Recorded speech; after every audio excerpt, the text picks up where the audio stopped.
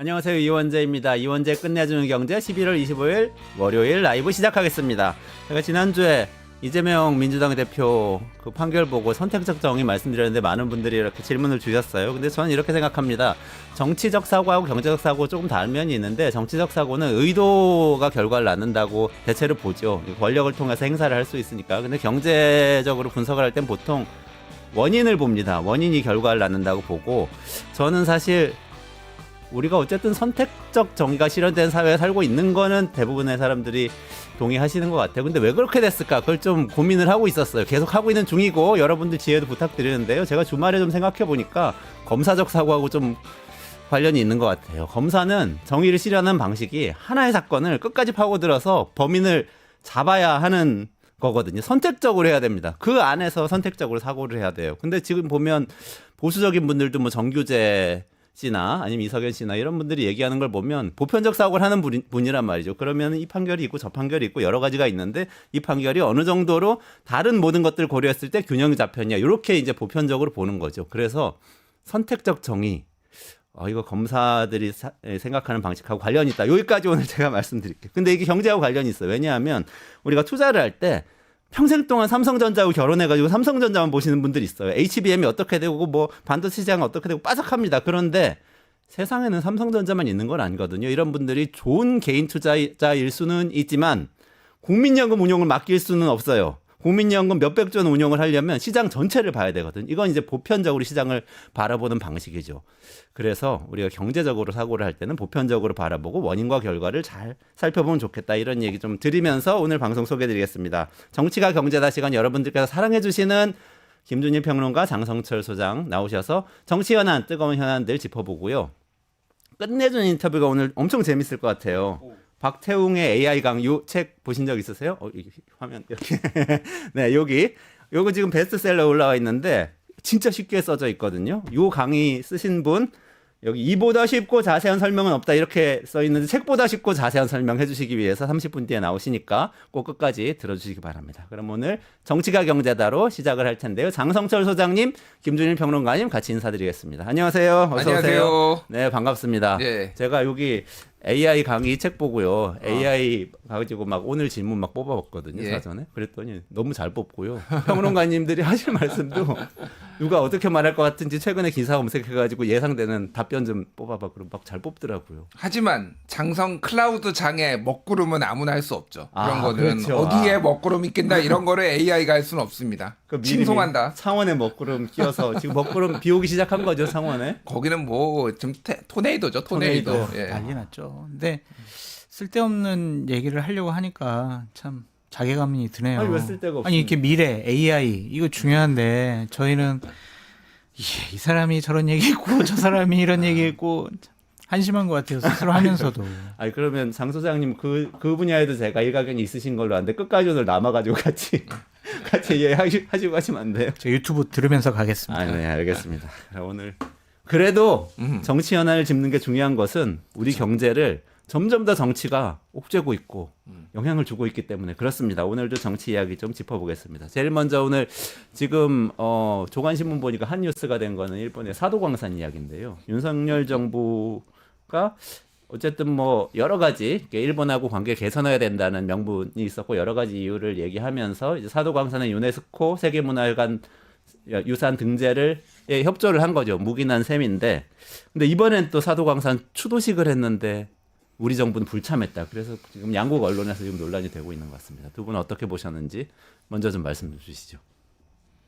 오늘 그 가장 많이 나온 단어가 뒤통수였어요. 뒤통수. 예, 뒤통수. 뭐 이를테면은 뭐 한국일보, 일본에 또 뒤통수 맞았다. 뭐 동아일보 사도광산 뒤통수 맞은 정부, 뭐 국민일보 사도광산 추도식 뒤통수 친 일본, 조선일보 또 뒤통수 때린 일본, 뭐 이런 거거든요. 뭐 약속했나? 예, 뒤통수라는 말이 많이 나왔어요. 그러면 우리가 뒤통수를 맞은 거는 일본이 나쁜 거고 우리는 억울하게 당한 거잖아요, 그죠? 그렇죠. 예, 뒤통수 때릴 줄 몰랐나요?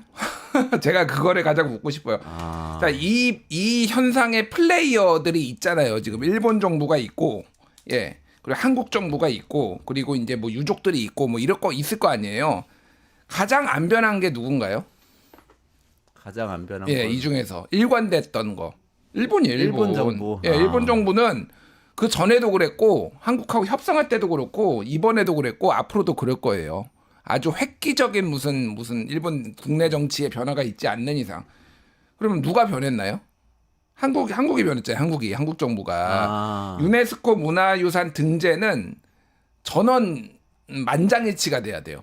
한국가라도 반대하면 안 되는데 유네스코에서 뭐라고 했냐면은 이 강제징용 문제가 해결이 안 되면 이거를 좀 해결을 해라라고 일본한테 권고를 했고 그래서 한국한테 매달리던 상황이었어요. 그래서 덜컥 합의를 해줬어요. 그리고 얘기를 했던 게 기념관 짓는 거하고 추도식을 하는 거다. 이거는 아무런 구속력이 없고 일본의 전적인 어떤 뭐라고 했대? 이해? 아니면 일본의 어떤 행동에만 지금 한 거잖아요. 그리고 지금 와서 뒤통수 맞았다라고 하면은 언론이 물론 이제 할 수도 있지만 뒤통수가 정확하지 않아요. 이거 제가 보기에는 호의가 계속되면요 호구인 줄 압니다. 호구 외교의 결정판이다. 저는 오늘 더 열받았던 게 뭐냐면은 국토부에서 뭐라고 했는지 아세요? 과거사에 대해 일본 측과 타협하지 않겠다는 확고한 의지의 표현이다. 이게 뒤통수 거기에 참석 안 한 게요. 뒤통수 맞아놓고 이게 어떻게 됐냐면은 일본에서 차관급이 안 오고 이게 민간단체에서 지금 처음 했거든요. 그러니까 야 차관급을 보내라고 계속 압박을 한 거예요. 근데 차관급이 왔는데 그 차관급 인사가 이쿠이나 아키코 외무성 정무관이 왔는데 네. 예, 이 사람이 신사참배 이력이 있는 거예요. 야스쿠니. 저도 몰랐는데 외교관, 그러니까 외무부에 일본 외무부에 있는 그 사람들 중에서 3분의 2는 신사참배를 했고요. 3분의 1 정도는 안 했다고 합니다. 언론 보도에 그렇게 나오더라고. 그러면은 3분의 1 중에서 찾으면 되잖아. 네. 굳이 야스쿠니 신사 참배 이력이 있는 사람을 골라가지고 내보냈다. 이렇게 보시면 될 것 같고. 그러니까 또 이제 부랴부랴 기자회견 그래서 이 일본의 차관급이 한다고 하니까 기자회견 외교부가 잡아놨거든요. 근데 이 사람이 야스쿠니 신사 참배 이력이 있다는 거 알려지니까 5분 전에 취소했어요. 기자회견을. 그러니까 정부는 홍보하고 자랑하고 싶은 거야. 이 물컵의 반잔은 우리가 채워놨으니까 일본이 따를 거라고. 절대 안 채워요. 일본은. 그러니까 지금 와가지고 이게 무슨 오늘 CBS 기자가 취재를 한 거는 국민의힘 고위 관계자와 우리 정부가 친일이 아니라는 게 증명된 거 아니냐. 이런 얘기를 했어요. 이번에 안 가서 이번에 안 가니까 부끄러운 줄 알아야지 진짜. 진짜 제가 이런 호구 이게 국민 자존심의 문제거든요. 국민 자존심의 문제인데 이게 저는 국익으로 앞으로 이 호구 외교가 계속 지속될까봐 걱정이고 사도 외교 아키코 정무관이 뭐라고 했냐면은 사도광산 노동자들 가운데서는 일본의 정책에 따라 한반도에서 건너온 분들이 포함돼 있다. 이렇게 얘기를 했어요. 그리고 가옥 환경에서 곤란한 노동에 종사했다. 이렇게 얘기를 합니다. 강제징용이란 얘기도 빠지고. 강제로 데려갔다는 얘기는 없는 거네요. 없어요. 한반도에서 건너온 분들. 건너왔다는 게 자발적이라는 의미가 내포돼 있는 거죠. 그러니까요. 강제로 이렇게 건네진 것도 아니고 자기가 건너왔다라는 거니까 일본은 처음부터 이렇게 할 생각이었어요. 우리만 왔다 갔다 하다가 바보 되고 이제 와가지고 무슨 우리가 친일이 아니었네. 지금 이딴 얘기 하고 있는 게 지금 이 정부입니다. 예. 처음에 이 얘기 나왔을 때 김준일 평론가님 분명히 이렇게 될 거라고 얘기하신 거 제가 기억나요. 예. 그거 맞았네요. 무능력하다라고 볼 수밖에 없다라고 말씀드리고 싶어요. 근데 무능력을 넘어서서 윤석열 대통령이 일본과 친하게 지내고 싶어하는 외교 정책을 갖고 있었기 때문에 외교부로서는 어쩔 수 없지 않았느냐. 그런 이해도 들고 이게 몇 달 전에 이러한 조짐이 좀 보였잖아요. 그러니까 노동자 전시 공간을 광산에서 2km 떨어진 곳에다가 해놓고 거기다가 강제 노역이라는 설명도 붙이지 않아가지고 우리가 대단히 그때 막 문제 삼고 문제 제기했었는데 이런 추도식도 저렇게 우리가 원치 않는 방식으로 이루어질 거다라고 예상을 할 수 있었는데 그거를 바로잡으려는 노력이 지난 몇 달 동안 없었다. 결국 외교부는 뭐 하는 사람들이냐라는 생각이 들고 이 부분과 관련해서 첫 번째 책임자를 좀 색출을 해서 이 책임은 좀 물었으면 좋겠어요. 어쨌든 외교 참사잖아요. 일본이 약속을 안 지켰는데 그냥 우리 저런 식의 정신 승리로 넘어가요. 그래도 우리 참석 안 한 게 다행이지. 우리 친일 정부 아니야. 막 이런 식으로 넘어가는 것은 웃기는 거다라고 말씀을 드리고, 두 번째는 어떠한 실효적인 효과가 있을지 모르겠지만 유네스코에 이 부분에 대해서 좀 문제 제기를 하는 것이 어떨까라는 좀 생각이 듭니다. 그러니까 한일 양국의 차원에서 우리가 문제 제기한다고 한들 눈 깜짝 안 할 거예요. 근데 유네스코에 일본이 계속 약속을 지키지 않는다. 지금이라도 등재에 대해서 우리 다시 판단할 수밖에 없다. 이런 국제사회의 여론을 좀 환기시키는 외교력이 좀 필요치 않을까라는 생각이 듭니다. 그래도 다행인 점이 하나 있습니다. 어떤 건가요? 그래서 참석 안 한 것은 다행인 것 같아요. 그 참석했으면은 그 뒷감당 어떻게 할 거예요. 근데 이게 그나마 또 다행이다. 정상회담이 한일 정상회담이 일주일 전에 있었던 거잖아요. 양국 정상이 만났었는데 아마 대부분의 언론에서는 그 정상들 만났는데 일주일 뒤에 이런 일이 벌어졌다는 데서 뒤통수라고 얘기를 한 게 아닐까 이런 생각이 드는데. 그리고 내년이 한일 수교 60주년이에요. 그러면은 일본에서도 미래 한일 관계를 위해서 최소한의 성의 있는 모습 좋아요. 그냥 약속 안 한 거 지키라고 하지 않을게. 그 약속한 거는 지켜야 될 거 아니에요. 그러니까 저런 일본의 행태에 대해서는 대통령께서 좀 문제 제기를 좀 강하게 하시고 지금이라도 일본 총리랑 전화해가지고 당신들 왜 그러냐고 막 좀 화도 내시고 격노하시고 그래야 되는 것이 아니냐라는 생각이 드네요. 아니 근데 이거는 좀 명확하게 할 필요가 있는 게 일본이 한국에 약속한 게 없어요. 없어요? 예.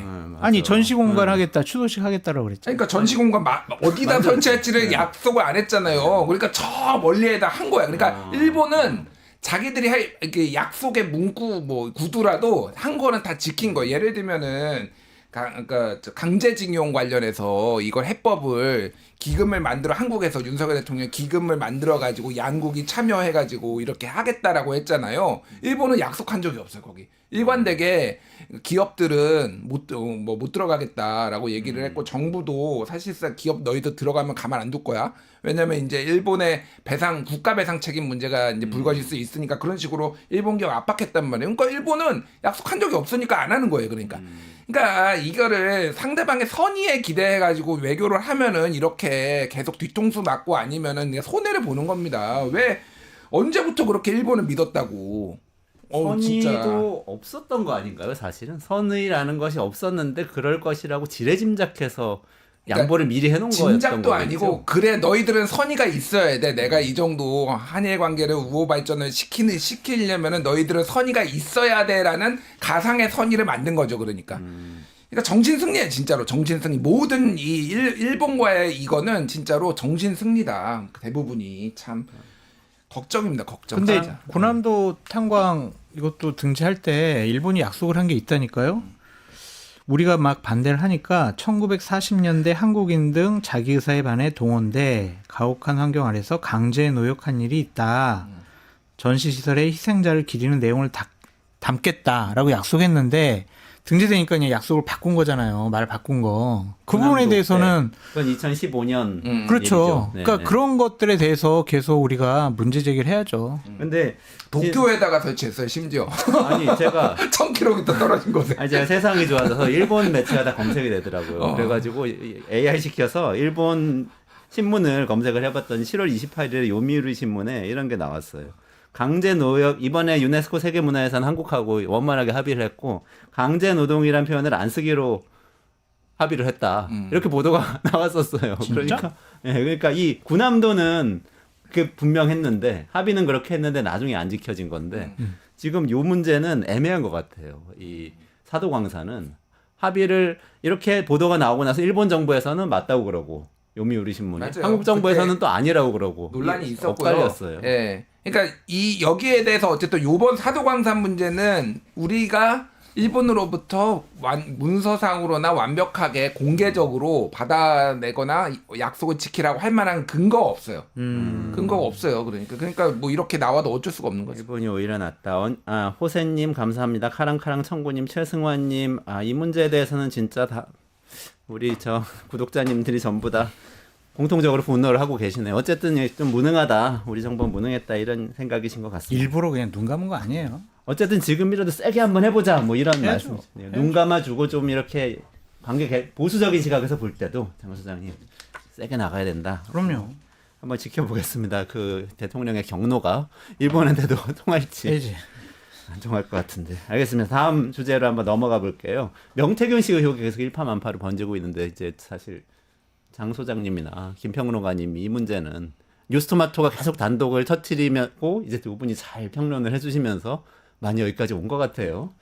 지금 또 새로 나오는 이야기들 있잖아요. 오세훈 시장 얘기도 있고 지인의 인사청탁 문제도 있는데 이 문제들 지금 어떻게 보고 계신지 하나씩 좀 여쭤볼게요. 오세훈 시장의 해명이 조금 이해가 되질 않아요. 그러니까 지인인 김모 씨가 그냥 줬다라는 건데 오늘 아침에도 오면서 오세훈 시장 측에서 어떤 해명을 저한테 해와가지고 제가 물어봤어요.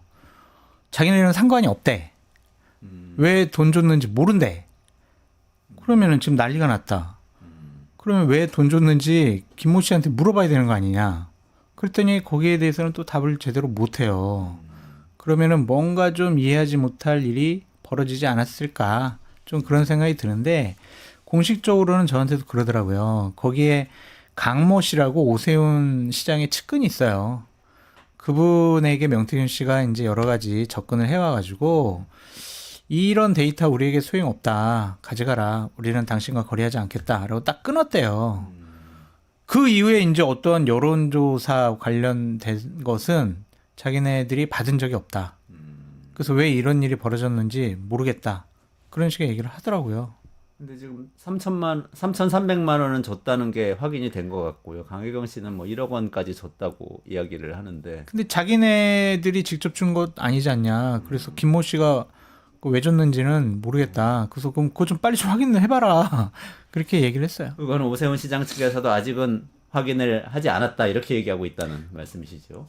아니 그래서 후원회장이라며 그럼 친한 거 아니냐. 그럼 금방 전화해서 물어보면 되지. 그랬더니 뭐 짐작가는 것은 있는데 우리가 확인해보지 않았다. 괜히 뭐 연락하고 뭐 이러면은 또 다른 오해를 받을 수 있을 것 같다. 뭐 그런 식의 얘기를 하는데 어쨌든 그냥 이렇게 뭉개고 이런 식의 해명으로 넘어갈 수는 없을 것 같다. 보다 명확한 해명이 필요하다.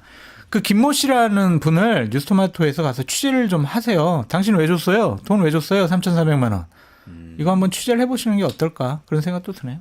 아, 그러면 좋겠네요. 근데 하여간 그 확인이 될지는 모르겠습니다만 김평론가님은 어떻게 보세요? 그러니까 뭐 이런 거예요. 예전에 이제 정치인들 보면은 뭐 후원회장 있고 뭐 이런 사람도 있어요. 그러니까 이 돈하고 정치하고 이제 뗄 수가 없잖아요. 정치인하고. 예를 들면은 노무현 대통령 때 기억하실지 모르겠는데 강금원이라는 분이 있었어요. 그분이 노무현 정치인 노무현의 진짜 재정적 후원 회장이었는데 이분 결국은 감옥 갔고 보석이 안 돼가지고 지병이 악화돼가지고 진짜 사망했어요. 이런 분은 사실 보석을 해줬어야 되는데 뭐 이제 그런 일이 있었습니다. 그러니까 뭐 이제 요거하고 정확한 관계는 아니지만은 노무현이 해야 되는 돈들의 상당수를 강금원이 해결을 해준 거예요. 그래서 뭐 노무현 대통령이 이것 때문에 무슨 대통령이었으니까 나중에 이제 터진 거니까 그렇긴 하지만은 얼마나 정치적으로 문제가 생겼습니까, 사실은. 이거하고 이제 연차 수당이라고 이제 박연차 그때 뭐 이 뭐 돈들이 있었잖아요. 그러니까 이게 상식적으로 해명이 되나요? 이게 왜 주나요? 그냥 단순하게 왜 줘? 3,300만 원을? 1억 원인지 뭐 3,300인지를 모르겠어요, 그냥. 근데 이거는 그냥 쉽게 얘기를 하면은 이거 뭐 패턴이 비슷한데 일단은 먼저 명태균 측에서 여조를 한 거는 맞는 것 같아요. 그 해놓고 들이미는데 이게 계속 한다라는 거는 이쪽에서 이거를 보거나 쓰니까 그런 거 여기도 한두 푼 들어가는 게 아닐 텐데 이거를 계속 여러 차례 했죠. 몇 차례지? 하여간 그 윤석열 후보도 81차례 뭐 했다라는 거 아니에요. 막 나중에 집중적으로 면밀 조사하고 그러면 이거를 인지를 하고 있었고 이거에 대해서 해결해야 된다라는 게 있으니까 한쪽에서는 김영선 공천을 준 거고 한쪽에서는 후 3,300만 원인지 1억인지 모르겠어 줬다라는 거 아니에요. 그러니까 이거 전형적인 꼬리 자르기죠. 이게 만약에 이런 겁니다. 이 사람이 돈 준 게 사실이고 이게 어느 정도 관계성이 밝혀지면은 이거는 정치자금법 위반이고요. 그리고 만약에 그냥 무상으로 명태균한테 받았으면은 사실상 뇌물죄예요. 오세훈 시장은 굉장히 좀 많이 힘들어졌다 제가 보기에는 여러모로 모르겠어요. 이제 수사를 어떻게 할지는 모르겠으나 그냥 국민 눈높이에서 보면은 이거는 많은 정치인의 후원자들이 돈 대신 써주던 옛날하고 굉장히 다를 게 없고, 특히 이제 오세훈 정치자금과 관련해서는 가장 깨끗한 이제 이력을 가졌던 오세훈법도 만들어서 뭐 지구당도 폐지하고 옛날에 차떼기 정당이 있을 때 그런 개혁을 했었던 주도했던 사람이 오세훈 시장이잖아요. 그걸로 뜬 거죠, 사실. 그걸로 떴잖아요. 그래서 뭐 이제 나중에 서울시장까지 돼가지고 지금 정치 이력인데 매우 뭐 커리어에 5점이 남았다, 지금 그렇게 봐야 될 것 같아요. 네. 제가 이제 좀 긍정적으로 추측을 해보면 이랬을 수도 있을 것 같아요. 그러니까 오세훈 시장이 김영선, 명태균 씨와 관련해서는 대단히 좀 무시하고 폄하했다고 하더라고요. 그래서 명태균 씨가 얼마 전에 김소연 씨 입을 통해 가지고 제일 양아치는 오세훈이에요, 막 그런 얘기 했잖아요. 그러니까 대단히 모욕감을 받았다고 그러더라고요. 그러니까 김영선, 명태균 이 두 분을 지칭해서 땡땡땡 남매 막 이런 식으로 되게 비하했대요. 그래가지고 명태균 씨가 되게 화가 났대. 그래서 지인이 선거 과정 중에는 그래도 한 명이라도 우리를 욕하고 다니는 사람이 있으면 안 되니까, 그 당신은 뭐 하는 사람이에요? 저 여론조사 하는 사람이에요. 그러면은 뭐 여론조사 하세요. 제가 돈 드릴게요. 이렇게 캠프와 무관하게 돈을 줬다.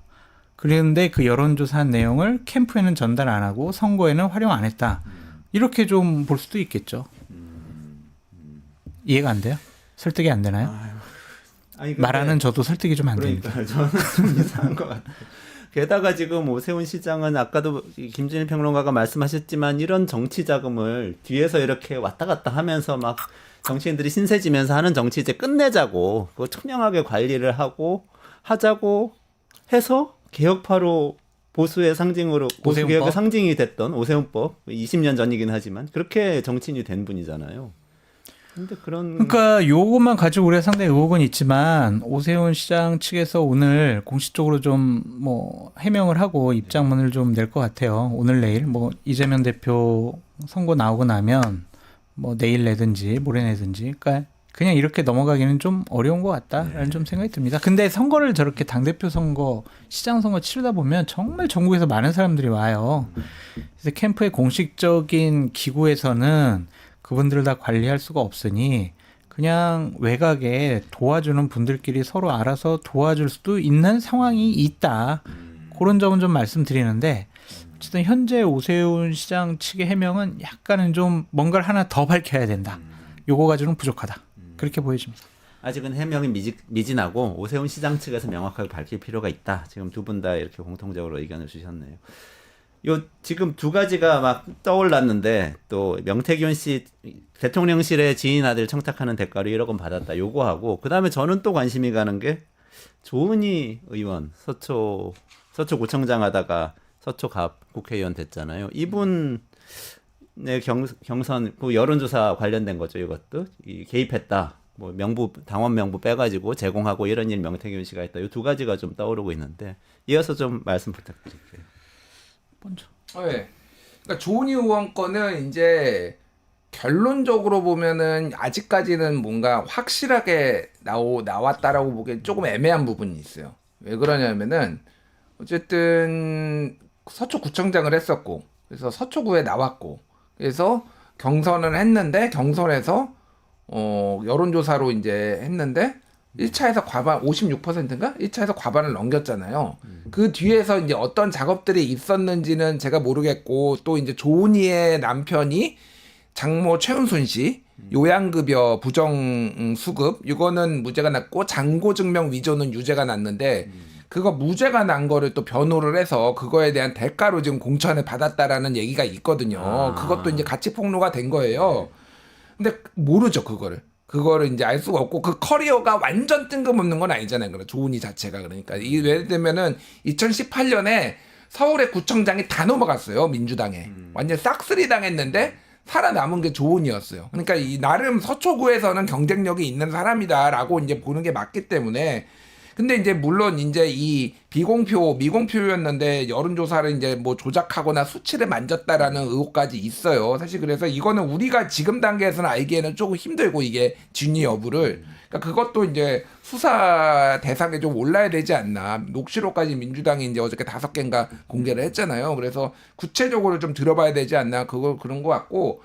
또 하나는 지금 그러니까 2억 원을 뭐죠 그 사업가한테 2억 원을 받았는데 1억 원은 돌려주고 1억 원은 안 돌려줬다라는 거예요, 명태균 씨가. 근데 그 사람의 아들이 지금 대통령실에 들어가 가지고 현재 행정직 하는 6급으로 됐다라는 거 아니에요.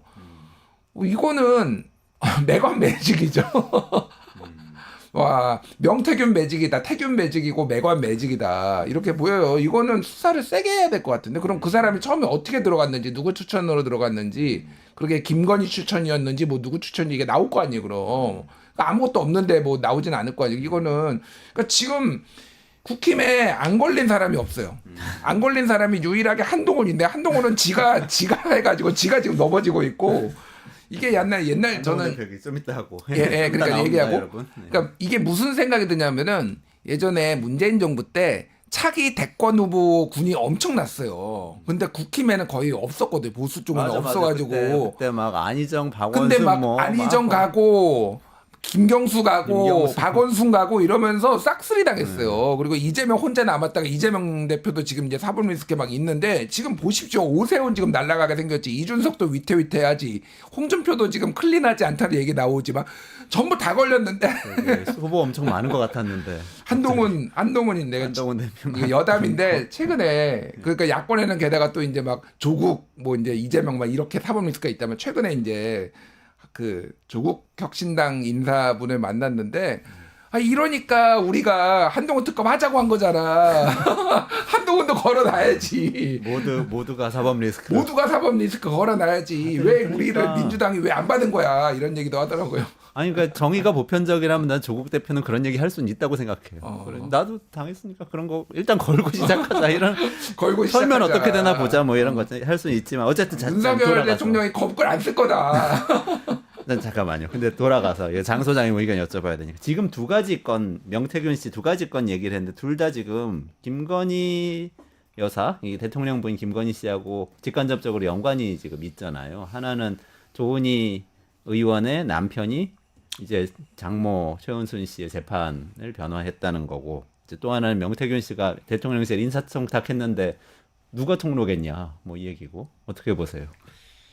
인사청탁 통로는 윤석열 대통령이나 뭐 김건희 여사겠죠. 이 명태균 씨가 당시에 뭐 윤핵관들하고 이런 걸 상의하진 않았을 거고. 그래서 그렇게 보여져요. 그러면은 검찰이 제대로 조사를 해야 될 거 아니냐라는 생각도 들고, 조은실 씨 같은 경우는 또 녹취록만 공개된 거라서 당시에 2022년 선거, 2021년, 22년 선거를 보면 명태균 씨가 자기가 다 했대요. 그냥 보니까. 그러니까 당에 아니면 여의도에 있는 정치 전문가 전략가들은 아무 소용이 없는 거야. 그냥 명태균 씨가 다 했어. 과연 이걸 얼마까지 믿어야 될까? 그런 생각이 들고, 당시에 조은희 구청장을 하다가 이제 재보선에 나오게 됐죠. 그 서초에서는 상당히 행정을 잘한다라고 인정을 받던 분이었어요. 그래서 여론조사에서 과반수 넘게 이긴 게 그렇게 좀뭐 잘못된 것 같지는 않다. 다른 여론조사들을 봐더라도 조은 씨가 상당히 유리했기 때문에 과연 이랬을까? 근데 이것도 우리가 조사해야죠. 하여튼 창원지검에서 이런 것까지 다 조사했으면 좋겠어요. 지금 의혹이 나온 게 여론조사용으로 당원 명부 받아가지고 그거를 조은희 후보한테 유출을 한 거 아니냐는 의혹인데, 만약에 그게 사실이라면 그거는 큰 문제가 되는 거겠죠? 아니 근데 그 경선 여론조사를 여연에서 주관을 하잖아요. 명태균 씨가 있는 그 PNR에서 하는 것이 아니라 여의도 연구원에서. 네, 그러니까 여의도 연구원에서 하는 건데, 이거를 명태균 씨가 다 했다. 명태균 씨가 막강한 영향력을 발휘했다. 그렇게 현재 단계에서 추측하고 의혹을 제기하는 건 좀 무리가 있어 보이지 않냐라는 생각이 드네요. 아직은 좀 근데 지켜봐야 좀 된다. 찝찝한 건 좀 있어요. 어떤 그 점이요? 명태균 씨 데스크탑에서 보면 지상욱 당시 그거는 2022년도 얘기인가? 하여튼 이것도 그냥 조사해봤으면 좋겠어요. 다 전반적으로. 원장이었죠, 지상욱 원장. 네. 지상욱 원장이랑 뭐 여러 가지 또 주고받은 내용이 또 나왔다고 하니까. 데스크톱에서. 네, 그거는 또 뭘까? 그러니까 의혹이잖아요, 다 의혹. 궁금해요. 그러니까 우리는 조사를 못해. 의혹 제기만 하는 거지. 그러니까 그거는 뉴스타파 보도인데 조금 설명을 드리면은 이거는 2022년 6일 지방선거를 앞두고 지상욱 여의도 연구원장이 명태균한테 의뢰를 해요. 그래서 네가 좀 여론조사 해봐라. 여의도 연구원에서 안 하고. 그러니까 돈을 안 줬대. 그냥 받아봤는데 세 가지였대. 서울시장 오세훈, 중구청장 김길성, 성북구청장 정태근. 그러니까 오세훈은 뭐 이제 뭐 친분이 있고 지상욱, 그리고 김길성은 보좌관이었대요. 지상욱의 보좌관이었대요. 맞아요. 그리고 정태근은 학교가 같을 거예요. 동문일 거예요. 그러니까 자기가 관심 있는 사람들만 딱딱딱 찝어가지고 여의도 연구원에서 안 하고 명태균한테 했는데 돈을 안 줬다라는 거예요. 왜 돈을 이것도 안 심각한 줬지? 문제죠. 또 웃기네. 예, 그러니까 심각한 문제예요. 돈을 안 받고 왜 하지? 근데 명태균은? 아니 그러니까 모르겠어요. 그러니까 지상욱하고 또 이때는 또 이제 저기가 김종인, 이준석, 뭐 지상욱 사실 여기가 좀 가까운 편인데 여기가 이제 일종의 저는 뭐 서비스? 뭐 이게 여러 건 해줬으니까 뭐 한 건은 서비스 뭐 이런 거 있잖아. 그런 느낌이야 사실은. 1+1인지 뭐 3+1인지 약간 그런 느낌이 어쨌든 여의도 연구원장. 그래서 뭐 했다는 거야 그러니까 이거 수사 안 할 수 있나 그러니까 이게 친윤이냐 비윤이냐 뭐 반윤이냐 이거 가리질 않아 지금. 왜냐하면은 보십시오 다 걸려 있잖아 지금. 이게 완전히 보수가 초토화되겠다 지금. 아니 보니까. 제가 이제 좀 의혹을 갖고 있는 게 뭐냐면 저렇게 돈을 안 줬다라면 더 의심이 되는 거예요. 왜냐하면 지방선거 공천을 앞두고 경선을 하잖아요. 경쟁력 조사도 하고 한두 업체 여론조사 업체가 못해요. 대략 한 10개 내외 여론조사 업체를 여의도 연구원에서 입찰 받아가지고 쭉 나눠주거든요. 그러면 우리가 그거 나눠줄게. 이거 3개는 좀 해줘. 이렇게 할 수가 있지. 근데 지금 그때 했던 자료들은 다 폐기됐다라고 언론에 나오고 있잖아요. 그 점이 저는 되게 좀 찝찝한 부분이에요. 좀 뭔가 의혹이 있어 보여요. 이 부분은. 왜 자료를 왜 폐기하냐고. 왜. 그러니까 뭔가 좀 감추려고 하니까 폐기하는 것이 아니냐. 여론조사 업체 선정 여기에 P&R이 들어갔는지 안 들어갔는지 그것만 확인을 해보면 여러 가지 의혹의 단추가 꿰어 맞춰질 것 같아요. 뭔가 의혹은 많은데 수사할 거는 많고 검찰이 좀 제대로 해줘야 될 텐데라는 의견을 두 분 다 주셨어요. 아직은 명확하진 않고 그런데 이제 명태균 씨의 그 대통령실 인사 청탁 같은 경우는 그거는 정황이 너무나 좀 뚜렷한 것 같다. 지금 이렇게 의견이 모여지는. 지금도 이때잖아요. 네. 지금도 일하고 있다는 거죠. 지금도 일하고 있다. 나오겠죠 이제. 나오겠죠. 그래서 네. 이런 어려움 때문에 네. 윤 대통령이 특단의 대책을 내놨습니다. 뭡니까? 휴대전화를 새로 개통을 부부가 같이 하시기로 했다는데 아니, 가만히 이 질문을 드리면서 내가 좀 약간 그런데 어쨌든 약속을 지켜서 이걸로 전국을 약속을 지켰다고? 전국 반전을 꾀하시는 건가? 이걸 뭐 어떻게 누가 보십니까? 약속하라고 저 같은 사람은 처음부터 하긴 했다. 이거 쓰지 말고 비화폰 쓰라고. 그걸 왜 그런 거예요? 개인 폰 그렇게 계속 쓰는 거예요? 그러니까 세상을 만만하게 본 거라고 생각이 들어요. 그냥 내 마음대로 다 할 수 있다라고 생각하는 것 같은데, 근데 이게 어떠한 사태 해결의 뭐 포인트라고 보기는 어렵죠. 이 새로운 전화 가지고 계속 또 통화하시고 뭐 통화하시면은 똑같은 일이 반복될 거 아니에요. 그래서 이게 뭐 해결책이 될까 그런 생각이 들어요. 아니, 그러니까 사람들이 이 뉴스를 보면서 실소를 금하지 못하는 부분이 지금의 대책이라는 게 휴대전화 번호 바꾸는 거냐. 첫 번째, 휴대전화 번호 바꾸더라도 그 휴대폰에 있었던 번호 뭐 이런 자료들은 다 이전하면 되거든요. 그럼 그거 다 있는 거 아니에요, 사실은. 그냥 그래 놓고 이제 나중에 수사 들어오면은 그때 당시에 번호 그 휴대전화 바꾸면서 전화기도 폐기했다. 라는 식으로 증거인멸의 근거만 만들어 놓은 거 아니냐. 저는 그 전화기도 그대로 있을 거, 번호만 바꾼 거지 전화기는 그대로 쓰거나 뭐 폰 2개 쓰거나 뭐 이렇게 했을 가능성이 상당히 높아요. 그래서 합법적인 증거인멸을 한 거 아니냐 그런 얘기가 나와요. 또 그러네. 또 그렇게 볼 수 있네요. 엄청 심각한 얘기잖아요, 근데. 그러네. 만약에 진짜로 증거인멸에 의도가 있거나 결과적으로 그렇게 막을 된다면 방법이 없죠, 솔직히. 막을 방법이 없는 거죠. 뭐 이 명분이 없더라도 그냥 바꿨다고 하더라도 뭐 어쩔 수가 없는 거니까. 그러니까 수사를 빨리 해야 되는데 아니면 이제 정황 증거로 봐야 되는 거죠. 나머지 이제 외곽에 있는 증거들로 다 이제 봐야 되는 거죠. 근데 임기가 끝나면 또는 뭐 어쨌든 임기가 중단되면 수사 대상이 될 거라는 것은 불문가지의 사실 아닙니까? 지금 윤석열 대통령, 뭐 김건희 여사는 지금 두 분 여러 번 지적해 주셨는데 그럼 휴대폰 바꾸는 거 진짜 평론가님 말씀하신 거는 증거인멸 의도가 있다고 봐야 되는 거 아닌가요?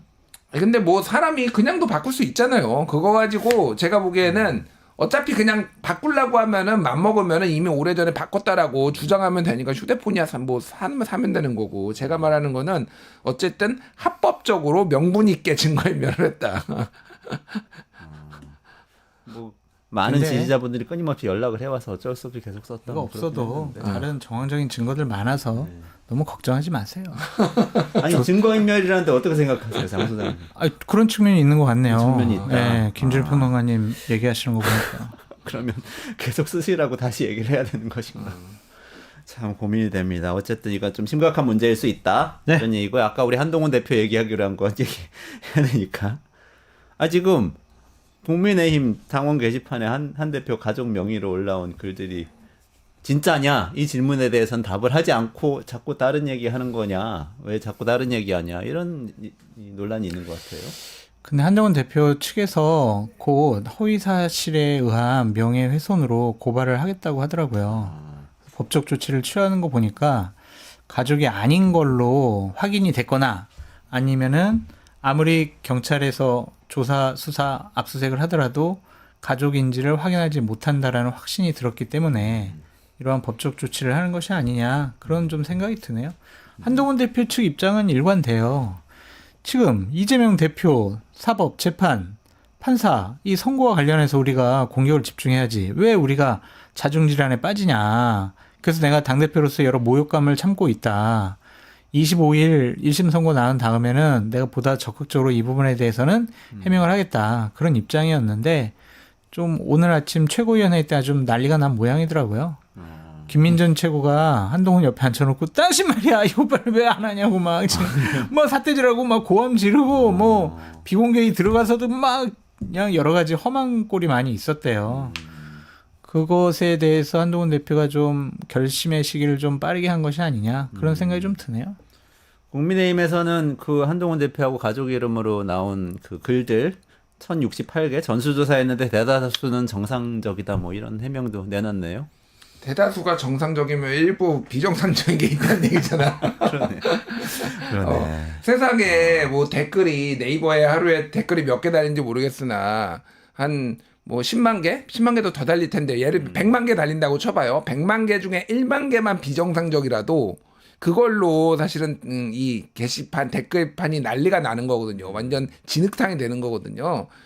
원래 그 옛날에 댓글 조사 이제 진짜로 연구를 한 게 있는데 실제 댓글을 다는 사람은 한 20% 10%밖에 안 되고요. 그 중에서 많이 다는 사람 있잖아요. 전문적으로 많이 다는 사람은 그 중에서도 10%밖에 안 돼요. 그래서 한 2%가 전체 생산하는 댓글의 한 절반 정도를 생산합니다. 2% 3%가. 이런 연구가 있어요. 옛날에 이제 한 15년 전에 막 댓글 한참 떴을 때.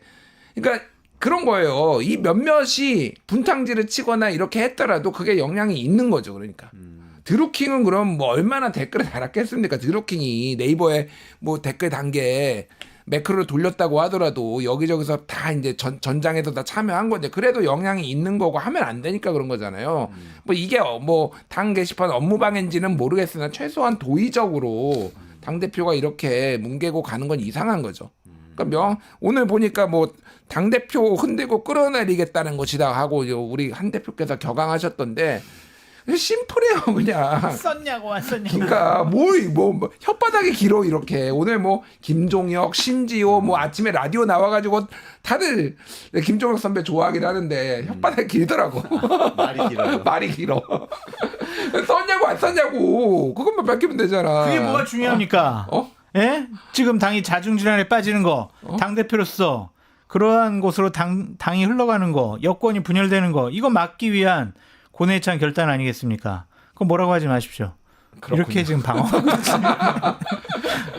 좀 웃겨요. 장 소장님도 이게 직접 본인이 보수주의자라고 얘기하시는 분인데 나와서 윤석열 대통령 비판 막 하잖아요. 근데 뭐 당대표 가족도 비판할 수 있는 거 아닌가요? 할 수 있다니까요. 그죠? 근데 문제 했다고 초점은 그러면 되잖아요. 비판해냈냐 안 했냐, 욕설했냐 안 했냐 이게 아니라 가족이 했냐 안 했냐 그냥 그 사실 궁금해가지고 문제 제기되고 물어본 건데 그건 대답을 안 하니까 뭔가 있는 거 아니야? 근데 이제 한동훈 측의 이제 생각은 뭐냐면은 만약에 저는 했다고 보는데 이를테면 우리 가족이 연루됐습니다라고 발표를 하면 그걸로 끝나겠냐는 거예요. 그러니까 또 뭐 밝혀라 뭐 예전에 타진요 같은 거 있잖아요. 뭐 타블로에게 진실을 요구합니다 이런 것처럼 끊임없이 뭔가를 계속 요구를 해가지고 결국은 한동훈을 찍어내려고 하는 게 목표인데 친윤 세력이 그럴 것이다. 친윤 세력이 뭐 장해찬부터 해가지고 다들 이제 달려들 텐데 그게 이제 어차피 그러니까 이제 뭉개기로 가려는 거고 이게 윤석열 정부가 잘하는 거잖아요. 뭉개기. 그리고 또 다른 거 뭐 이슈 터트려 가지고 넘어가기 뭐 이런 거잖아요. 그러니까 한동훈도 이제 그걸 배워가지고 하려는 것 같은데 윤석열 대통령은 윤석열 김건희는 어마무시한 권력을 가지고 있고 물론 여당 대표도 강하지만은 사실은 이쪽에 윤석열이 있다라고 본다라면은 이거가 본인이 뭉갠다고 될 문제가 아닌 거죠. 그러니까 그게 다른 것 같아요. 그게 상황이. 예. 그렇군요. 타진요 얘기하니까 조금 이해는 되려고는 하네요. 어쨌든 그렇게 해명이 돼야 될 것 같은데 안 되고 있다. 해명 안 돼요. 지금- 경찰 수사로 넘기는 것 같아요. 지금 명예훼손 수사 명예훼손 허위사실의 건다고 했잖아요. 그 명예훼손- 대상이 누구예요? 장해찬 씨 같은 사람이 포함되는 건가요? 그러겠죠 뭐. 친윤 되게 쪽에서 막 부글부글하더라고요. 가만두지 않겠다. 한동훈 뭐. 측에서 오. 장해찬 씨를 포함해서 네. 친윤 세력을 명예훼손으로 예, 그래서 제가 뭐라 그랬냐면 나 같은 사람 고소하지 말고 고소하라고 지금 계속 외치고 있는 장해찬이랑 고소하라고 그렇게 얘기했어요. 원하는 사람에게 선물을 줘라. 원하는 사람 왜 날 고소하냐고 내가 뭐 소문 얘기했다고 왜 날 고소하냐 그랬고 지금 저 일본이 아주 적반하장의 막말을 지금 우리나라에게 해댔습니다. 뭡니까? 사도 광산 추도식에 불참한 한국 정부 유감이다. 이런 인간들이 어디 있어요 진짜 이거 참. 추도식 불참했다고 우리 정부 보고 유감이라고 하니 참. 일본 정부 공식적으로 지금 나온 속보로 건가요? 나왔어요. 일본 정부의 입장. 이거라도 저기 우리 가만히 있어요? 적반하장도 정말 빨리 일본 대사 초치해가지고. 물론 김준일 평론가님 말씀에 따르면 이건 다 일본 한 번도 변하지 않고 견지해왔던 입장이고 우리 정부가 그냥 우리만 변하고 나이브하게 있어. 호구야? 호구. 믿어왔던 글로벌 것이다. 호구. 응?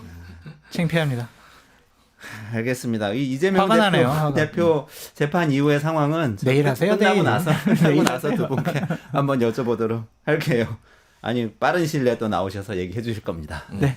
오늘 여기까지 듣고 조금 기다리시면은 박태웅 한빛미디어 이사회 의장 나오셔서 요거 말씀드렸죠? AI 강의 제일 쉽게 얘기하는데 특히 AI 시대 인간이 살아남기 굉장히 힘든데 어떻게 살아남으면 되는지 요령을 알려드린다니까 끝까지 들어주시고요. 오늘 장성철 소장님, 우리 김준일 평론가님 인사드리도록 하겠습니다. 고맙습니다. 감사합니다. 네.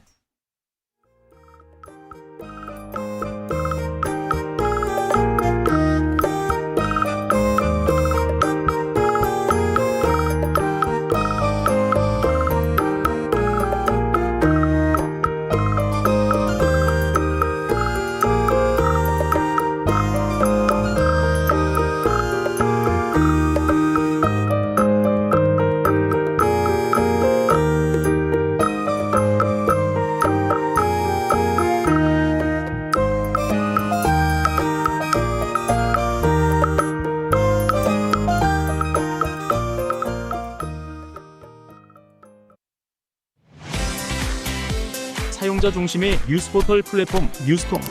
자신만의 가치와 색이 담긴 글을 작성하고 가치를 인정받으세요. 사용자 중심의 뉴스포털 플랫폼 뉴스통에서 뉴스북 뉴스라인의 필진이 되어보세요. 자유롭게 생각을 표현하세요. 작성 키워드를 지급해드립니다. 내가 작성한 글이 언론사 기사처럼 뉴스포털에도 노출. 초창기 활동 지원금까지. 지금 바로 뉴스통의 필진이 되어보세요. 당신의 이야기가 세상을 움직입니다.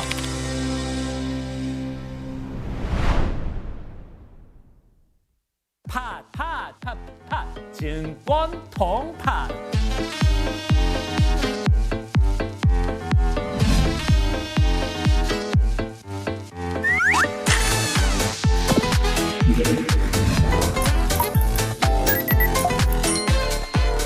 매일 낮 12시에 많은 참여 바랍니다.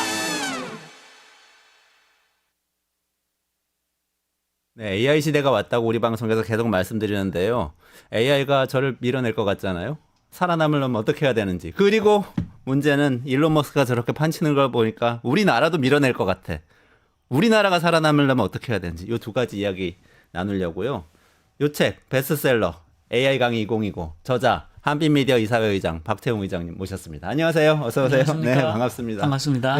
네. 아니 이 책 제가 예. 보니까 맨 앞에 인간을 위한 인공지능이라고 이거 내돈내산입니다. 제가 아, 산 책인데요. 감사합니다. 네. 이렇게 사인을 직접 네, 해놓으셨더라고요. 네, 네. 아 인공지능 하면은 뭔가 인공적으로 인간을 대체할 것 같은데요. 인간을 네. 위한 것이 될 수도 있다 이런 시각이신가요? 돼야 한다. 되어야 한다. 네. 아, 요 책 베스트셀러인데 아직 못 본 분 계시면은 한번 찾아보세요. 지금 이 엄중한 시국에 한강 작가가 모든 베스트셀러 휩쓰는 와중에 지금 예스24 경제 경영 5위에 올라 있으시더라고요. 그래서 한번 네. 찾아보시면 좋을 것 같습니다. 오늘 말씀 좀 잘 부탁드릴게요. 이 책 보니까 이제 이전에도 한번 AI 강의 책 내셨지 않습니까? 작년에 냈죠. 네, 그것도 제가 봤는데요. 네. 거기서 많이 이렇게 발전하시면서 트렌드도 정리도 새로 하시고 예. 하셨더라고요. 예. 그거 좀 일단 그 키워드를 조금 정리를 일단 해주시고 얘기를 시작하시면 예. 어떨까요? 이게 나온 지 2달 안 된 것 같은데 벌써 너무 오래전 같아요. AI 쪽이 정말 발전이 빠르니까요. 그렇다 하더라도 이제 내년에 어떻게 될 거다 하고 제가 한 6가지 정리한 게 아직 2025년이 되지도 않았으니까 벌써 낡은 게 되지는 아직 않은 것 같아서 네네네. 얘기해도 될 것 같아요. AI가 그 주류로 들어오는 속도가 너무 빠른 것 같습니다.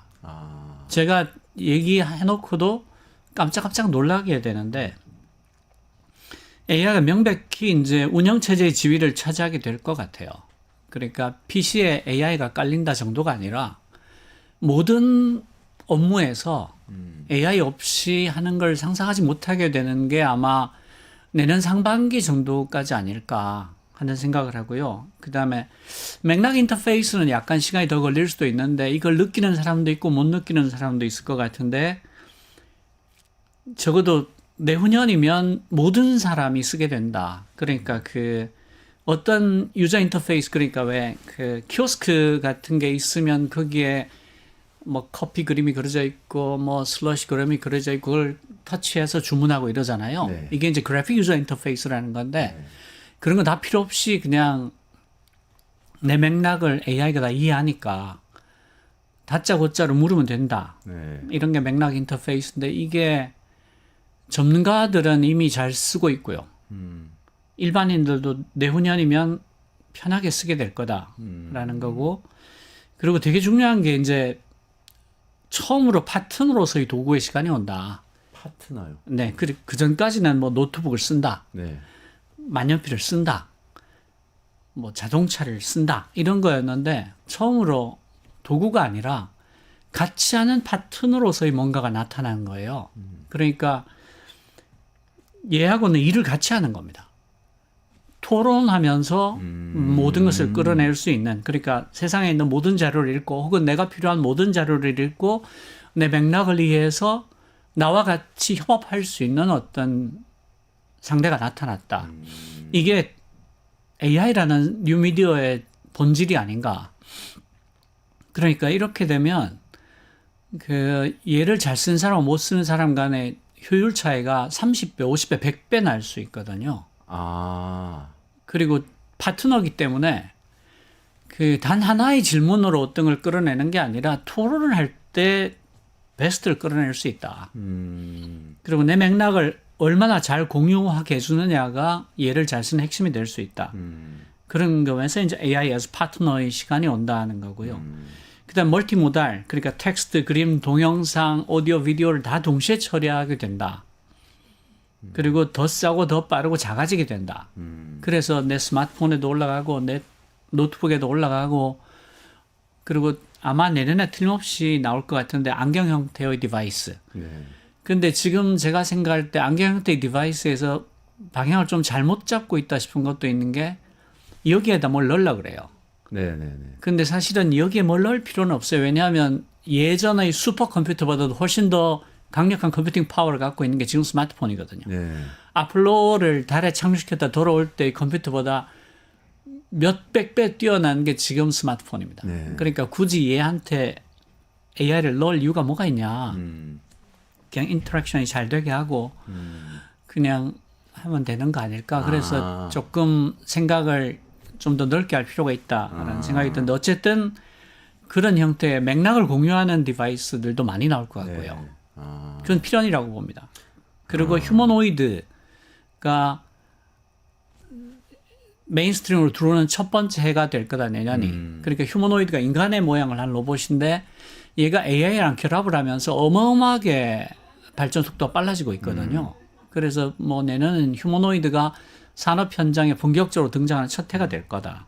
그리고 그 휴머노이드라는 것은 인간의 모양을 한 로봇이라기보다는 embodied AI, 몸을 가진 AI다라고 표현하는 게 더 사실에 가까울 거다. 그 정체를 드러내는 더 훌륭한 표현은 embodied AI, 몸을 가진 AI다. 그러니까 인간의 형태를 한 로봇이 아니라 몸을 가진 AI다라고 표현하는 게 더 본질에 가까울 거다. 이렇게 생각합니다. 아니 마지막에 그 휴머노이드 말씀하시니까 갑자기 생각나는 게 저 옛날에 우리 어렸을 때 전격 제트 작전이라는 드라마 있었거든요. 거기에 키트라는 그 자동차 그렇죠. 그때 자동차가 로봇이었어요. 네네네. 그러니까 인간 같은 형태는 아니지만 어떤 나한테 필요한 모든 걸 다 해주는 그런 그 기억이 있는데. 그게 안 될 이유가 없거든요. 지금 그 자율주행이라는 게 되게 초보적인 수준이라고 생각하고요. 그리고 주차 자동을 하지 않습니까? 네네네. 그 정도에서 끝나지 않을 거예요. 그러니까 그 전격 제트 작전의 그 키트를 만들지 못할 어떤 이유도 없는 수준까지 와 있습니다. 돈의 문제. 그리고 이제 돈의 문제하고 그 다음에 이제 법의 문제가 있어요. 그러니까 그렇게 움직였다가 사고 나면 누가 책임질 건데가 아직 해결이 되지 않았거든요. 그러니까 만에 하나. 그러니까 지금 그 자율주행 쪽 사고율을 비교해 보면 인간이 운전하는 것보다 낮아진 상태라는 통계들이 많아요. 그렇지만 그게 나오지 못하는 이유는 그래서 누가 책임질 건데요에 관한 법적 제도적인 이슈가 풀어지지 않았기 때문이라고 생각해요. 지금 6가지 트렌드를 잘 정리해서 말씀해 주셨는데 여러분들 받아 적으셨어요? 못 적으셨으면 한번 땡겨가지고 한번 더 들어보시고요. 지금 김영기 님이 이런 질문 주셨는데 컴퓨터나 인터넷보다 더 쇼킹하진 않은 거 아니냐 그렇게 말씀하시는데 이거 어떻게 생각하세요? 전혀 그렇지 않다고 생각합니다. 그 새로운 미디어가 나타날 때마다 세상을 바꿨거든요. 근데 PC도 세상을 바꾸고 인터넷도 세상을 바꾸고 스마트폰도 세상을 바꾸고 AI도 세상을 바꾸고 있습니다. 바꾸는데 들어간 시간을 생각해 보시면 명백히 점점 더 빨라져 왔다는 걸 알 수 있어요. PC보다 인터넷이, 인터넷보다 스마트폰보다 AI가 더 빨리 바꿉니다. 그러니까 스마트폰이 2007년도에 지구상에 나타났고, 그리고 몇 년 지나지 않아서 모든 사람들이 스마트폰 없이는 생활할 수 없게 됐거든요. 그런데 지금 AI가 사실은 그 전부터 있었던 기술이라고 하지만 일반인들의 눈에 띈 거는 2022년 11월 30일 챗GPT 이후라고 봐야 됩니다. 그럼 1년 한 10개월 좀 됐죠. 근데 지금 올해 3분기 기준으로 팔린 모든 PC의 20%가 AI가 깔려서 나옵니다. AI가 깔려 있다는 걸 정확하게 어떻게 다릅니까? 그러니까 그 코파일럿 플러스 PC라는 게 윈도우에서 깔리는 거고 애플 인텔리전스가 맥과 아이패드, 아이폰에 깔리는 거잖아요. 그게 무슨 뜻인가 하면 그 안에 들어가 있는 대부분의 프로그램들이 AI하고 연동하는 형태로 움직인다는 뜻이에요. 그러니까 엑셀은 AI하고 연동하고 파워포인트가 AI하고 연동하고 워드 프로세서가 AI하고 연동하고 이런 식입니다. 그리고 그 안에 있는 소프트웨어들이 점점 더 AI하고 연동하는 형태를 띠게 될 겁니다. 그러니까 SDK라고 해서 소프트웨어 디벨롭먼트 킷이라고 해서 이 PC에 깔리는 소프트웨어들이 그 코파일럿 플러스 PC에 있는 AI를 쉽게 쓸 수 있게 그냥 한 줄만, 코드 한 줄만 붙이면 바로 AI를 불렀다 쓸 수 있는 형태로 쓸 수 있도록 SDK를 제공합니다. 개발자 킷을. 그리고 API를 제공을 해요. 한 줄만 내 프로그램에 넣으면 AI를 불러올 수 있게. 그렇게 해서 별안간 내 PC에 깔려있는 모든 소프트웨어들이 AI 연동형 소프트웨어로 바뀌는 겁니다. 그렇게 바뀌면은 뭐 워드나 엑셀 작업할 때 자동으로 이거 좀 작성 마무리해줘 그럼 쫙 되고 뭐 이렇게 되는 건가요? 그러니까 내 엑셀 데이터 시트들이 뭐 여러 개 있을 거 아닙니까? 몇 년치 데이터를 통계를 분석을 해달라거나 그래프를 그려달라거나 아니면 리포트를 만들어달라거나 하는 게 순식간에 되는 거죠. 아예 PC에 그게 들어있는 거고요. 그 PC의 캐파를 넘는 어떤 요구가 있을 때는 클라우드로 연동해서 쓸래라고 물어볼 수 있는 기능까지 들어가게 되는 거죠. 근데 대부분은 이 안에서 처리하는 게 나은 게 첫 번째 기밀이 셀 수 없다. 이 안에서만 도니까. 네네. 그래서 회사 기밀 자료 같은 거는 이 안에서만 처리해야 되잖아요. 그럴 땐 여기서 써야 되는 거고 그게 아닐 때 너무 데이터가 크거나 복잡한 질문일 때는 클라우드로 올릴래? 그러면 이제 그때는 유료로 쓰는 거니까. 그러니까 내년 말 2025년 말이면 AI와 연동하지 않는 소프트웨어 찾는 게 더 어려워질 겁니다. 아, 내년 말이면. 그러니까 이 속도를 보시면 PC하고 비교할 수 없이 빠른 거예요. 아, 과거 PC나 인터넷보다 그래서 훨씬 더 충격이 클 거라고 보시는 건가요? 저는 심대할 거라고 봅니다. 아, 네. 굉장히 크다. 인류가 겪어보지 못했던 충격을 받을 수 있다고 생각해요. 그러니까 지금까지는 소수의 몇몇 사람들이 쓰던 기술이었는데 이제 모든 사실 말씀하신 대로 벌써 이미 새로 나오는 PC의 20%가 AI PC이고 네. 이게 모든 사람의 PC가 되면 완전히 상황이 달라질 거라는 그리고요, 말씀이시죠? AI가 스며드는 기술이어서 사실은 쓰면서도 잘 모를 때가 많아요. 그게 더 무섭습니다. 가령 지금 스마트폰에 있는 그 편리한 것들은 대부분 AI 베이스드예요. 그 사진 찍을 때, 뭐 편집할 때, 음성 인식할 때, 지문 인식할 때, 스케줄 정할 때, 온갖 것들이 그 자동 완성까지 우리가 쓰는 편리한 기능들이 대부분 AI 베이스입니다. 근데 그게 한 번 더 점프할 거예요. 아니 저도 사실 최근에 SK텔레콤에서 무슨 행사한다고 그래가지고 퍼플렉시티 공짜로 1년 동안 쓰게 해준다고 그러더라고. 그래서 가입했거든요. 근데 그걸로 검색 한번 하기 시작하니까 이제 구글이나 네이버 들어가서 검색 못 하겠더라고요. 못 빠져나가요. 네. 네. 한번 질문하면 그냥 쫙 정리해서 내 질문에 대한 답을 해주더라고요. 그 요약해서 해주는데 근거가 다 있으니까 아, 압도적이죠. 네. 그러네요. 근데 우리는 또 이런 말씀을 주시면 항상 저희 경제학을 해가지고 생각이 드는 게, 그럼 노동시장에 엄청 영향이 크겠는데? 이런 생각이. 제가 가장 걱정되는 게 그 부분인데요. 제가 뭘 생각하든 그것보다 더 빠른 것 같아요. 미국은 우리보다 훨씬 지금 AI 도입 속도가 빠르거든요. 네.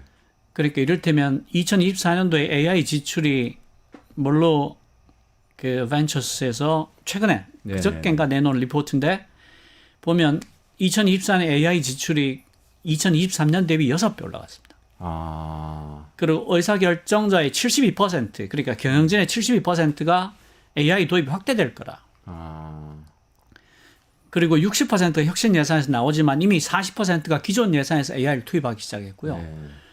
그 미국에서 지금 컨설팅 펌이나 로 펌, 그러니까 컨설팅하는 회사나 법무회사에서는 이미 신입들 일자리가 증발하고 있습니다.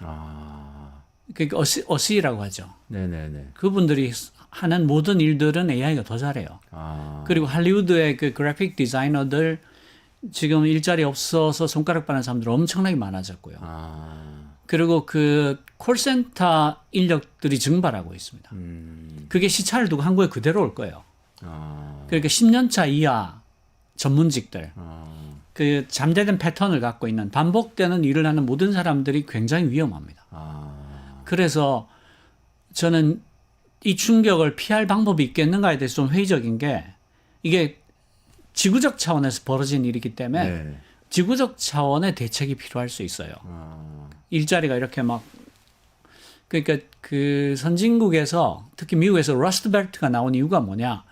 글로벌화의 직접적인 피해자들이잖아요. 일자리가 다 중국으로 빨려 들어가서 네네네. 생긴 일이지 않습니까? 네. 자동차 공장 문을 닫고 네네네. 그래서 노동자들이 그러니까 해고된 거죠. 그 양극화가 소셜 미디어의 그 어떤 증폭기를 타고 증오와 갈등이 강화된 거지만 글로벌화가 큰 피해를 줬다. 그러니까 가장 낮은 곳으로 물이 고이니까 노동의 그 처우가 가장 낮은 곳으로 일자리가 다 빨려 들어가는 바람에 원래 괜찮았던 일자리까지 다 피해를 보는 거잖아요. 네네네. 그러니까 글로벌화가 갖고 온 결정적인 양극화라고 볼 수도 있어요. 네. 근데 글로벌화에 대한 대응이 글로벌하게 돼야 되는데 문제가 글로벌이니까 그렇게 될 수가 없는 거죠. 근데 AI로 인한 일자리 타격도 그렇게 되지 않을까. 그래서 그 일자리가 정말 봄눈 녹듯이 사라지는 시기가 코앞에 있는데 그것에 대해서 전 사회적으로 혹은 전 지구적으로 토론을 하고 있느냐 안 하고 있잖아요. 저는 그 점이 굉장히 염려스럽습니다. 아까 말씀하신 그 단순 반복적인 일이라는 게 아니요. 보통- 단순 반복이 아닙니다. 복잡 하더라도 네네. 거기에 잠재된 패턴이 있다면 예를 들어서 지금 코딩 쪽, 개발 쪽은 AI 쓰지 않는 개발자가 한 명도 없습니다. 모든 사람이 쓰고 있어요. 네, 네. 정도의 문제지. 네. 그런데 그 개발자 쪽에서 거의 뭐 상식처럼 통하는 건 뭐냐면 한 명의 슈퍼 개발자가 일반 개발자의 10배를 한다. 이건 아주 상식이 돼 있어요. 그래서 다 슈퍼 개발자를 뽑고 싶어 하죠.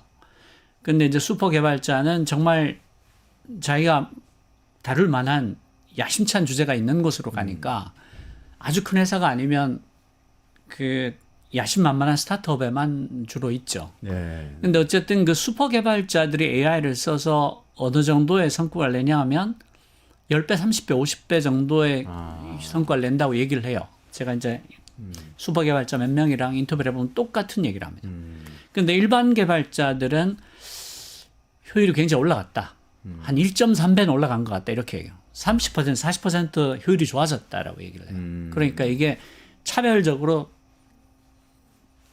작용하는 증폭기죠. 앰플리파이어이긴 한데 네. 사람에 따라 차별적으로 되는 거예요. 그러니까 그 정말 일자리가 많이 없어질 거고 10년 차 이하들이 특별히 큰 타격을 받게 될 거다. 여기에 대한 토론이 필요하다. 그 청년들이 제일 타격을 입겠네요. 그렇습니다. 일자리 진입해야 되는 분들이. 그렇습니다. 그렇습니다. 그래서 그것에 대해서 합의가 필요합니다. 지금 문제가 뭐냐에 대한 합의가 필요해요. 네. 그러니까 대응책에 대한 합의를 하기 전에 여기 무슨 문제가 있느냐에 대한 합의가 필요합니다. 그러니까 문제를 알아야 풀 거 아니에요. 그런데 제일 큰 문제는 가장 큰 과제, 우리 사회에 주어진 가장 큰 과제는 문제에 대해서 합의하지 않는다는 겁니다. 뭐가 문제인지에 대해서 합의하지 않아요.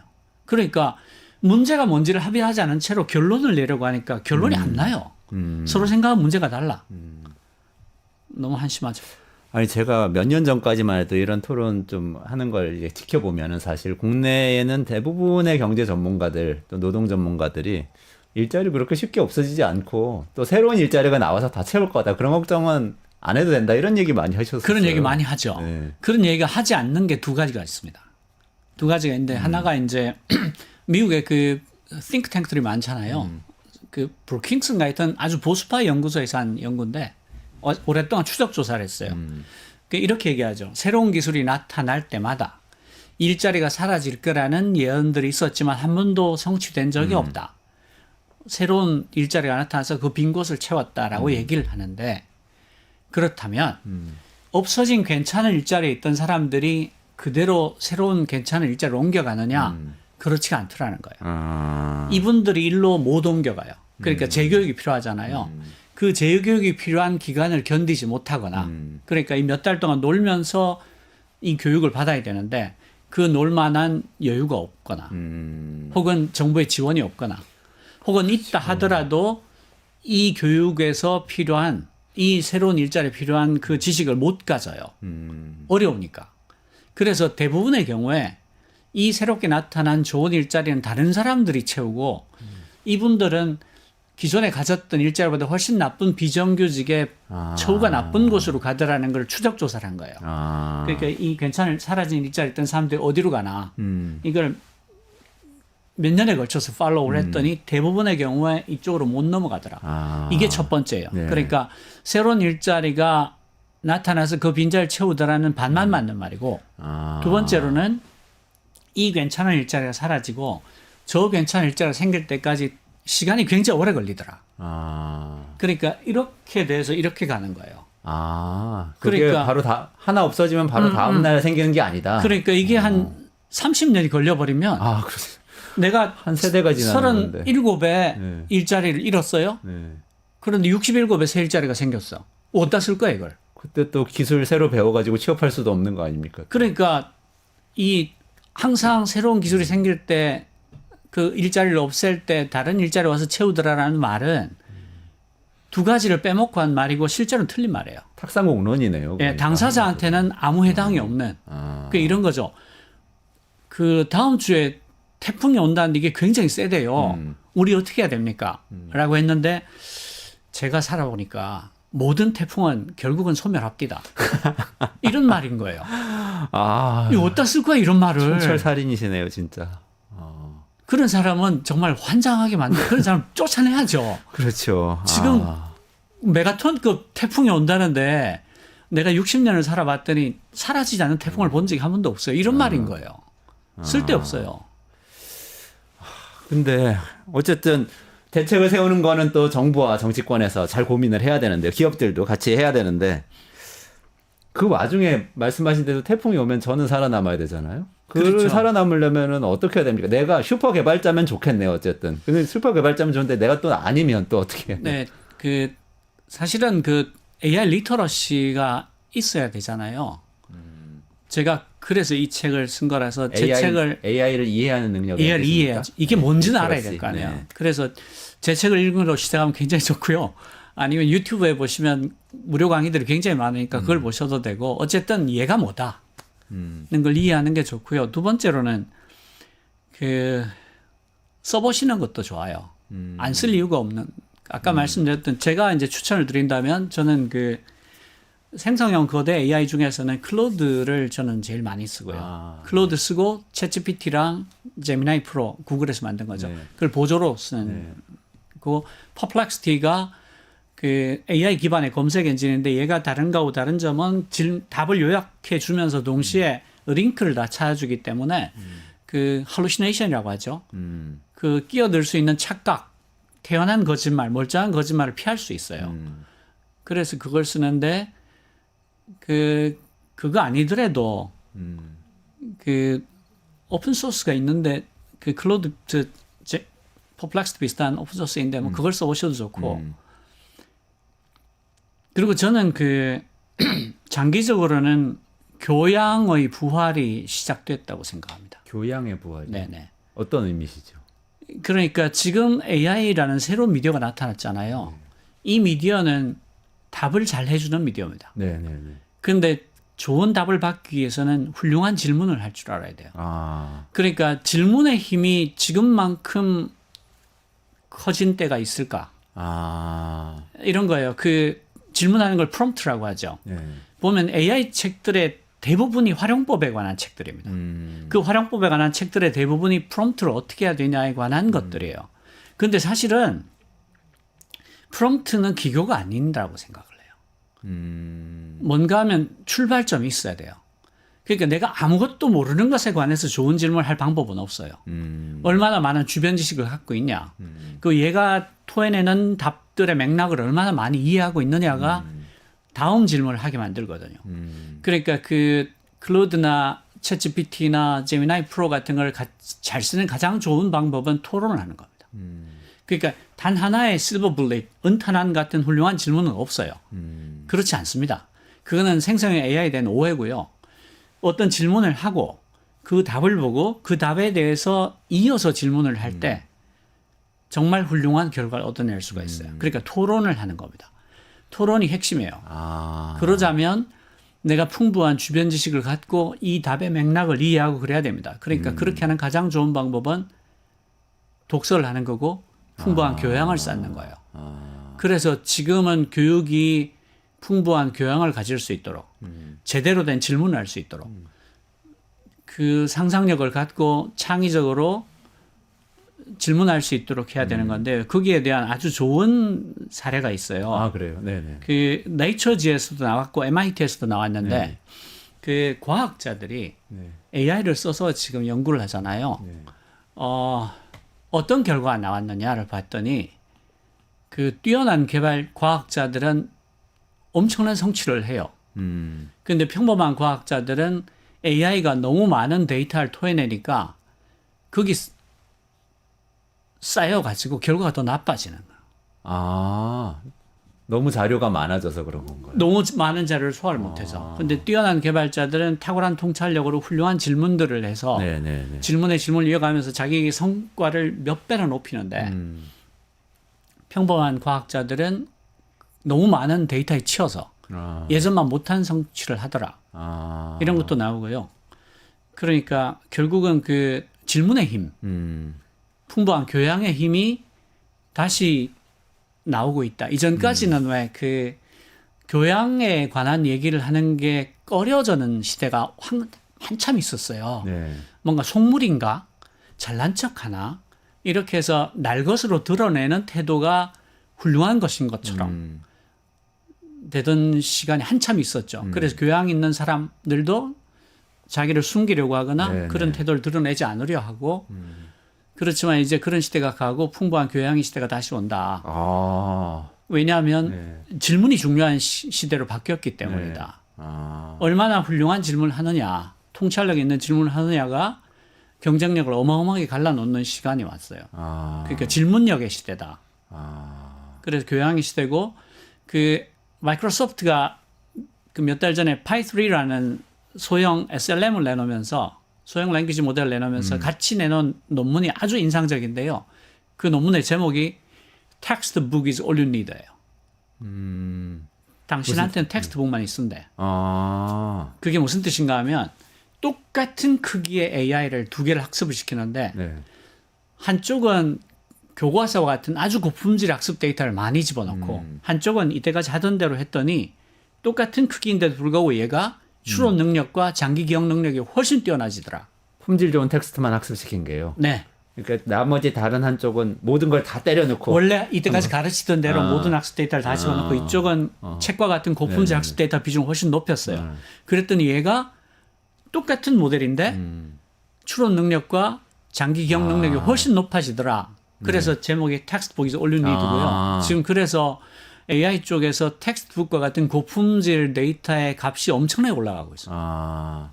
그리고 그 오픈 AI 수석 개발자였다 지금 자기 회사 차린 일리아 수츠카버 같은 사람이 뭐라고 얘기하냐면 무엇을 가지고 학습시키냐만가 지금만큼 중요해진 때가 없다. 네네네. 그리고 그 AI를 학습시키는 것에서 AI를 교육시키는 쪽으로 바뀌고 있다. 아. 흐름이. 이렇게 얘기하기도 합니다. 아. 그러니까 알고 봤더니 AI는 교육해야 되는 것이었어. 네. 아주 고품질의 학습 데이터와 텍스트북과 그 아. 뭐 그런 걸로 바뀌고 있는 거죠. 그러니까 AI도 그런데 하물며 사람은 어떻게 했습니까? 더 그렇겠네요. 네.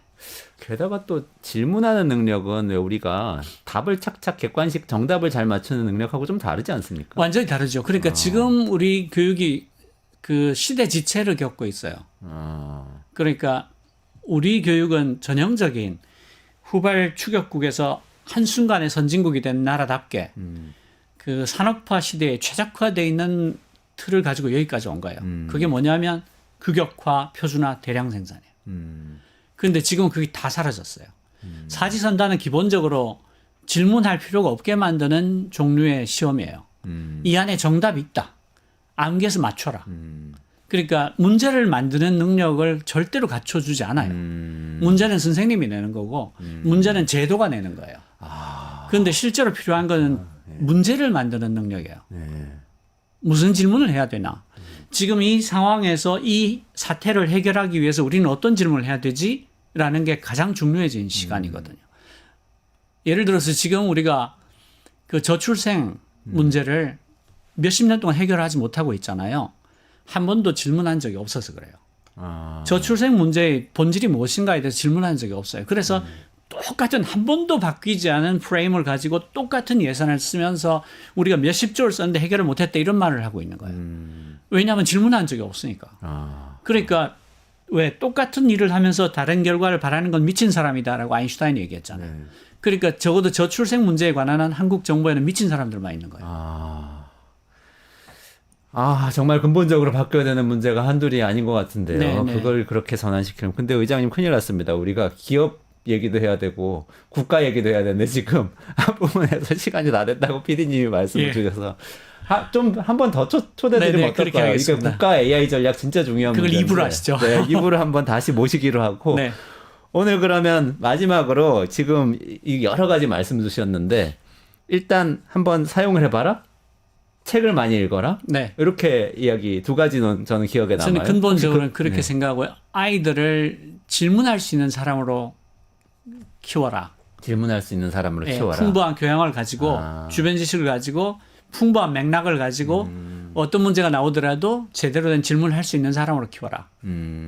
그래야 AI 시대에 나도 우리 아이도 잘 살아남고 AI 아니라 AI 할아버지가 오더라도 적응할 수 있다. 적응할 수 있다. 책 앞에 쓰신 것처럼 인간을 위한 네. 인공지능 만들 수 네. 있다. 이런 말씀이시네요. 참 보통 일이 아닙니다. 우리나라 정말 근본적으로 바꿔야 될 것 같아요. 왜냐하면 우리 제조업 국가잖아요. 제조업의 핵심은 네. 규격이 맞춰져 있는 제품을 그렇습니다. 탁탁탁 정확하게 오차 없이 우리 수율이라고 그러는데 그거 맞춰가지고 잘 납품하는 거 이게 사실 제조업의 핵심인데 그래서 우린 지금까지 그렇게 교육받고 그렇게 일해왔던 건데 그게 아니고 무슨 제품을 만들어 라고 시킬 수 있는 사람 그렇습니다. 그 사람이 돼야 된다는 네. 거잖아요. 보통 일이 아닌데 예. 뭐 같이 좀 노력을 종종 나오셔가지고 이 이야기 같이 토론해 보시면 어떠세요? 네, 감사합니다. 답까지 한번 찾아보면 좋겠습니다. 박태웅 한빛미디어 이사회 의장님하고 같이 AI 시대 우리 어떻게 살아가면 좋을지 말씀 나눠봤고요. 이원재 끝내주는 경제는 내일 오전 11시에 다시 라이브로 진행되는데 내일은 김외현 비인크립토 한국일본 리드가 저 대신 진행하니까요. 잘 들어주시고요. 이벤트 하나 소개해드리고 마무리하겠습니다. 지금 실시간 채팅창 참여하시면 매일 2,000 통통 코인 지급해드리는데요. 요거 지금 여기 상단에 링크 있습니다. 들어가셔서 통통몰 앱 가입하시고 회원 고유번호 코드 실시간 채팅창에 한번 붙여넣기 하시면은 이벤트 참여드리고 하루에 한 번씩 하루에 5번까지 하루에 한 번씩 참여하실 수 있고 댓글 다실 경우는 하루에 5번 참여하실 수 있으니까 많이 참여해 주시기 바랍니다. 이거 뭐 2,000 통통코인, 5,000 통통코인 이거 돈으로 환산되는 것 같아요. 그대로 사용하실 수 있습니다. 아래 더보기나 상단 고정 링크 참여해 주시고요. 네, 저는 수요일 11시에 찾아뵙고 내일은 김혜연 리드가 찾아뵙겠습니다. 고맙습니다. 감사합니다.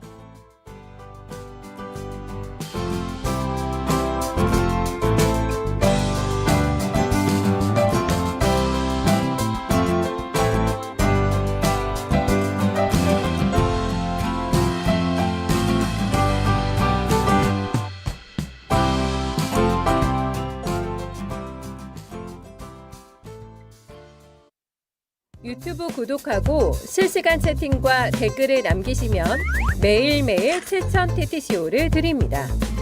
참여 방법은 통통물 어플을 다운로드하고 회원가입과 로그인을 해주세요. 마이페이지에서 나의 회원 고유번호를 복사해주세요. 유튜브 구독 후 실시간 채팅이나 댓글창에 고유번호를 한 번만 입력하면 준비 끝! 지금 유튜브 채팅과 댓글 쓰기 참여하고 7,000TTCO 받아가세요.